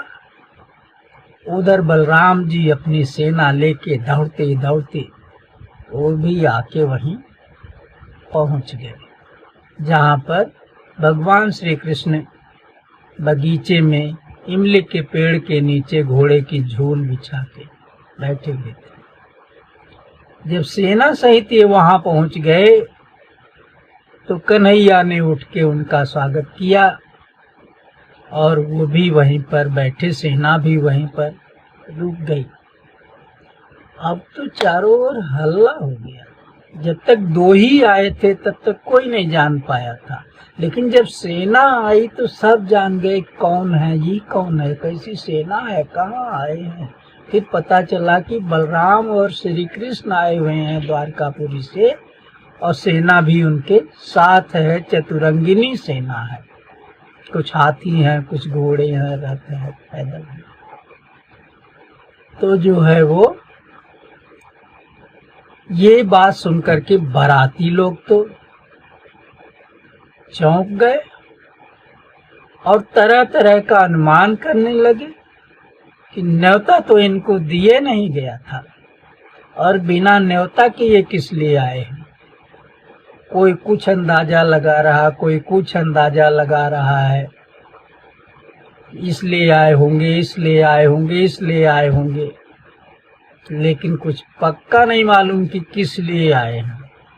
अंत में सबने तय किया कि कुछ भी हो, एकदम लड़ने के लिए कमर बंद होके हरदम रहिए, पता नहीं कब जरूरत पड़ जाए, अपने सारे काम करिए और कमर कसे रहिए। तो ये दशा तो बारात की हुई। और घर में रुक्मी जब सुना कि बलराम और श्री कृष्ण आए हैं तो गुस्सा के मारे आग बबूला हो गया, पर वो कुछ बोला नहीं। उसने कहा ठीक है, आए हैं तो आए, लेकिन जरा सा भी गड़बड़ किए तो मौत के घाट उतार दिए जाएंगे। ऐसा कह के वो भी सजगता से अपना काम करने लगा। राजा भीष्मक जब सुने कि भगवान श्री कृष्ण और उनके बड़े भैया बलराम जी आए हैं, सेना सहित आए हैं, तो उन्होंने किस रूप में इसे लिया? उन्होंने इसे इस रूप में लिया कि हमारे राज पुरोहित जो सतानंद जी कह रहे थे कि यही होना है, यही होएगा, वो बात फुराती हुई नजर आ रही है। उसी का लक्षण लग रहा है कि उसी लिए आए। लगता है कि बिटिया इनके हाथ लगेगी, इसलिए बहुत प्रसन्न। फिर उन्होंने सबको सुना के कहा कि अरे भाई, आए हैं तो आए हैं, चाहे जिस प्रयोजन से आए हैं, हो सकता बियाह देखने आए हों, हो सकता किसी दूसरे काम से आए हों, पर हमारे दुआरे ठहरे हैं, मौके पर हमारे अतिथि हैं।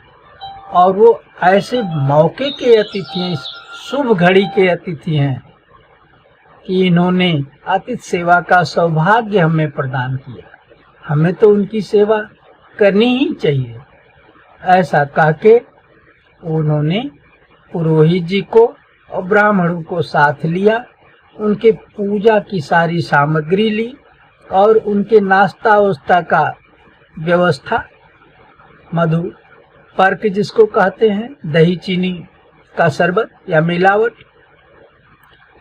और तमाम चीजें, वस्त्र और रत्न और माला वगैरह उपहार में देने के लिए, ये सब लेकर के तुरही, ढोल, नगारा, मजीरा सब बजाते हुए धूमधाम से एक छोटी मोटी भीड़ लेके वहां आए। और वहां आकर के उन्होंने सबकी अगवानी किया। दुनिया की निगाह में अतिथि की सेवा कर रहे हैं, लेकिन भीतर से वो अपने दामाद की पूजा करने आए हैं, इसलिए उस ढंग से पेश आ रहे हैं। वहां पर उन्होंने उन दोनों जने की अगवानी किए, जो जिस योग्य था उसका स्वागत सत्कार किया, उसे जो है वो सबको मधुपर्क पिलाया और जो है वो उपहार बांटे, और राम और कृष्ण को बैठा के उनकी विधिवत पूजा की। समझिए द्वार पूजा हो गया। उनकी पूजा किए सब उपहारों से, उपचारों से, और इस प्रकार बड़ी प्रसन्नता के साथ फिर कहे, आप लोग हमारे अतिथि हैं, यहाँ बाहर क्यों, नगर के बाहर क्यों ठहरे हैं? आइए अंदर आइए, आपको जो है वो अपने नगर के अंदर बढ़िया जगह पे टिकाएंगे। और ले गए सेना सहित।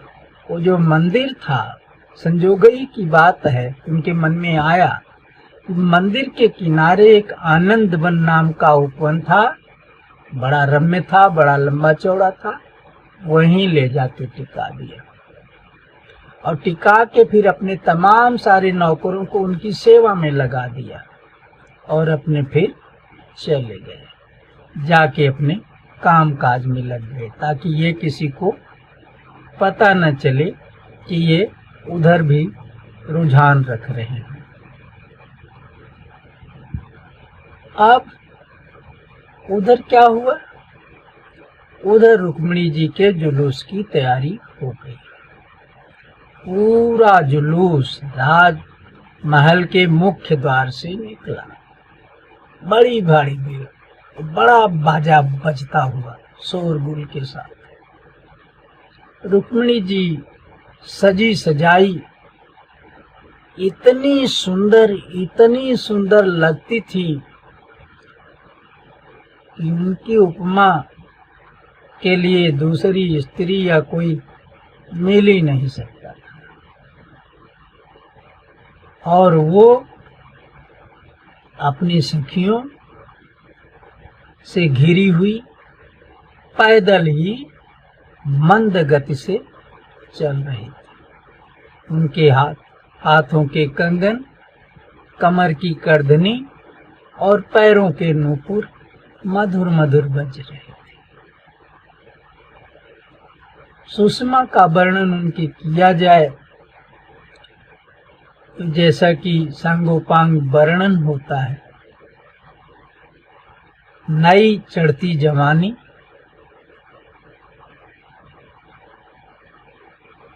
सुंदर पतली कमर, कमर पर सुंदर करधनी और उसमें सीकड़, घुंघरूदार सीकड़ों की लटक जो नितंबों पे छलक रही थी इधर उधर और छलकते समय बज रही थी। जब राजकुमारी थोड़ा लच के चलती थी तो और बजती थी। उनका मुखमंडल हजारों चंद्रमा की आभा से मंडित, उनकी आंखें इतनी प्यारी कि मानो वो कामदेव की सुंदर पाली हुई मछलियां पानी के डोल में इधर उधर डोल रही हैं या सुंदर कमल दल हैं दोनों। उनके ओठ बिंबा फल के समान लाल और सुंदर, उनके दांत इतने प्यारे थे, इतने सुंदर थे विशेष रूप से कि जरा सा भी जिस ओर हंस के बोल देती थी उधर मालूम होता था सफेद कमलों की श्रेणी निकल गई। कानों के कुंडल बिल्कुल बाल रवि जैसे प्रातः काल के सूर्य के समान सुंदर थे और चलने पर वो हिल डोल के उनके गाल तक पहुंचते थे, लगता था उनके कपोलों का चुंबन कर रहे हैं। और वस्त्राभूषण जो पहने थी सो पहने ही थी। मुंह पर बड़ी सुंदर बालों की अलकें लटकी हुई थी और इस तरह से वो हर तरह से चित्त चोर मनमोहिनी स्वरूप में प्रसन्न मुद्रा में चल रही थी। उनके सखियों का घेरा उनकी चारों तरफ, उसके बाद उनकी दासियां साथ साथ चल रही थी। कोई दासी चंवर लगाए हुए है, अरे छत्र लगाए, कोई चंवर लिए, कोई बिजना लिए, कोई श्रृंगार सामग्री लिए। और फिर उसके बाद जो है वो माताएं और ब्राह्मण बधुएं थी और उनके साथ जो है वो हजारों नगरवासिनी नारियां थी। सब पूजा की सामग्री देवी के और उपहार की सामग्री सब लिए हुए बड़े प्रसन्न मन से राजकुमारी को घेरे हुए धीरे धीरे आगे बढ़ रही थी। कुछ स्त्रियां प्रसन्नता में नाचती हुई भी चल रही थी। इस औरतों के घेरा के बाद एक घेरा ऐसे सैनिकों का था जो कवच पहने हुए थे और नंगी तलवार हाथ में लिए ऊपर उठाए एकदम युद्ध करने की मुद्रा में चल रहे थे राजकुमारी की रक्षा में। इस तलवारधारी सैनिकों के, पैदल सैनिकों के बाद घुड़सवार सैनिकों का घेरा था। वो भी चारों तरफ से घेरे हुए चल रहा था। फिर उसके बाद रथियों और हाथियों की सेना थी। इस तरह से कुल 6 घेरे के अंदर राजकुमारी जी चल रही थीं और उनकी औरतों का जो घेरा था, जहां वो खत्म हो रहा था और तलवारधारी सैनिकों की घेरा शुरू होता था, उसके बीच में नचनिया नहीं बजनिया और गायक ये लोग चल रहे थे। तरह तरह का बाजा बजा रहे थे, तुरही, नगारा, ढोल, मृदंग आदि, और राजा साहब का गुणगान, बिरत बखान, उनका वैभव का बखान करते हुए चल रहे थे। जगह जगह पर रुक के बखान करते थे, जयकारा लगाते थे, फिर थोड़ा चलते थे, फिर वैसा करते थे। ऐसे इतने तामझाम के साथ ये जुलूस आगे बढ़ रहा था और राजकुमारी के मन में तो लड्डू फूट रहे थे। वो यही सोच रहे थे कि अभी हमारे प्रियतम हमारा हाथ पकड़ लेंगे, हमें जब यहाँ पर ग्रहण कर लेंगे, अरे मैं तब कितनी सौभाग्यशालिनी हो जाऊंगी, कितनी मैं सुंदर लगूंगी, उस समय मेरा कितना बड़ा भाग्य हो जाएगा। यही सब सोच के एकदम प्रसन्न खिली हुई चल रही थी।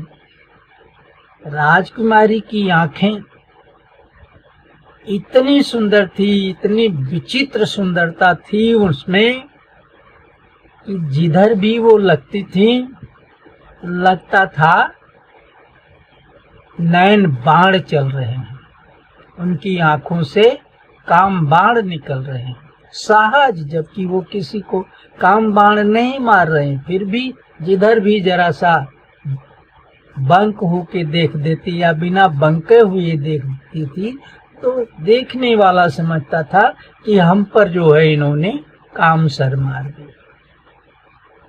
वो आंख ही उस तरह की थी और इस तरह से सुंदरता बिखेरती हुई वो मंदिर के पास तक गई।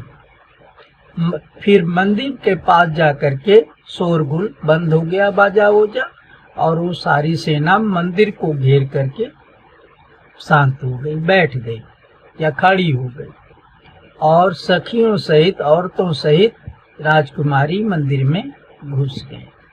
मंदिर में जा करके इन्होंने अपना हाथ पैर मुंह धोया। कमल के समान सुंदर इनके दोनों हाथ थे और वो कंगन से सुशोभित थे, मुनरियों से सुशोभित थे।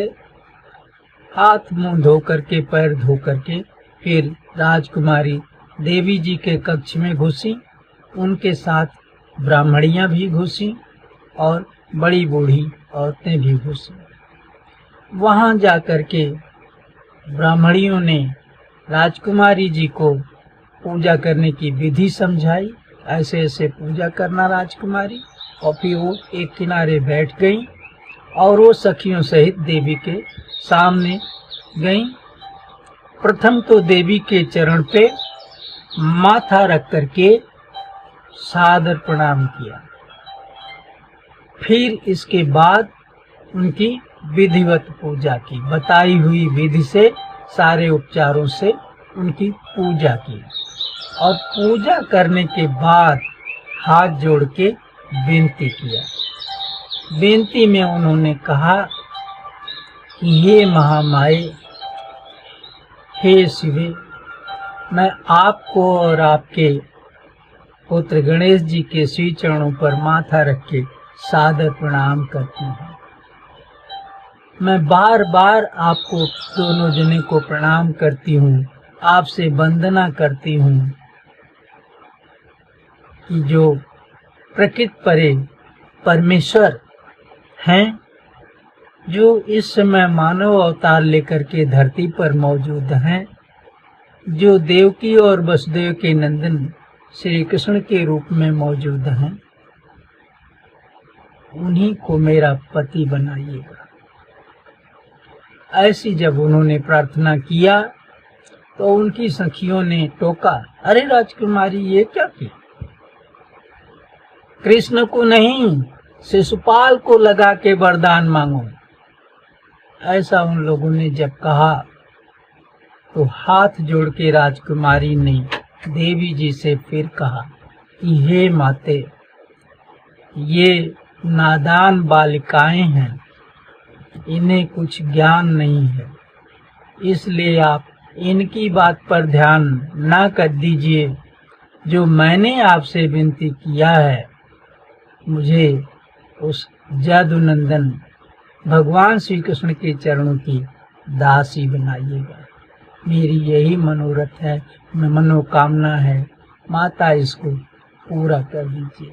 ऐसा कह के वो फिर माता के चरणों पर माथा धर के लौट गई, प्रणाम किया, फिर स्तुति किया, स्तुति वंदना करने के बाद फिर प्रणाम किया, और इस तरह से देवी की पूजा करने के बाद तब वहाँ पर जो सुहागिनी ब्राह्मणियाँ थीं उनकी भी उसी पूजन सामग्री से पूजा किया।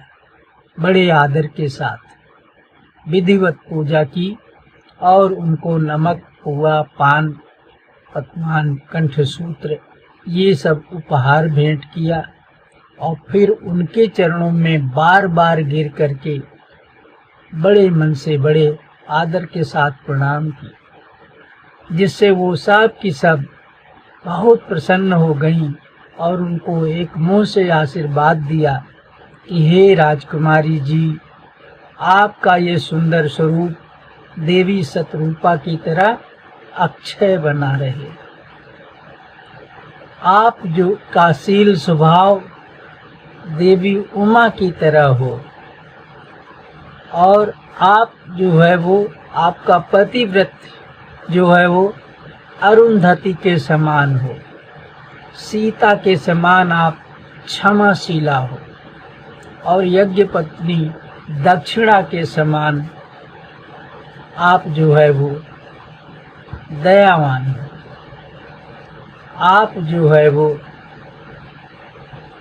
उन्होंने और भी ऐसे आशीर्वाद कई ठो दिए, और फिर इसके बाद वो निहाल हो गई उन ब्राह्मणियों का आशीर्वाद पाकर। तब वहाँ से ये दोनों पूजा करने के बाद देवी और महादेवी की, राजकुमारी ने भी प्रसाद ग्रहण किया, और प्रसाद ग्रहण करने के बाद देवी के कक्ष से बाहर आई।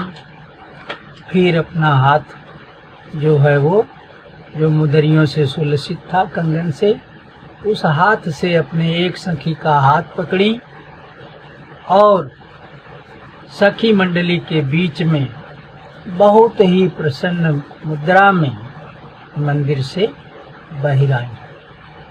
मंदिर से बहिराते समय उनके बालों की अलक उनके चेहरे पे लटक रही थी।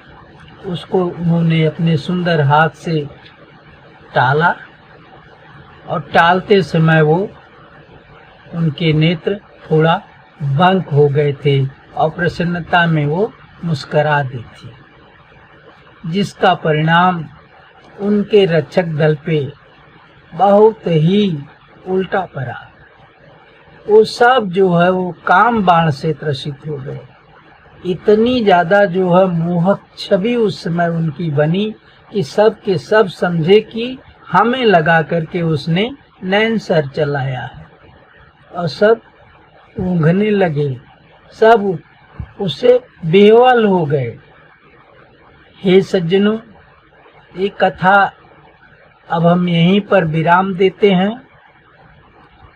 आगे जो भी हुआ, कैसे उनका भगवान श्री कृष्ण ने हाथ ग्रहण किया, क्या लड़ाइयाँ हुई, और कैसे द्वारकापुरी में ले जाके फिर उनके साथ विवाह किया, ये मैं अगली भेंट में आप लोगों को बताऊंगा। तब तक के लिए जय श्री राधे।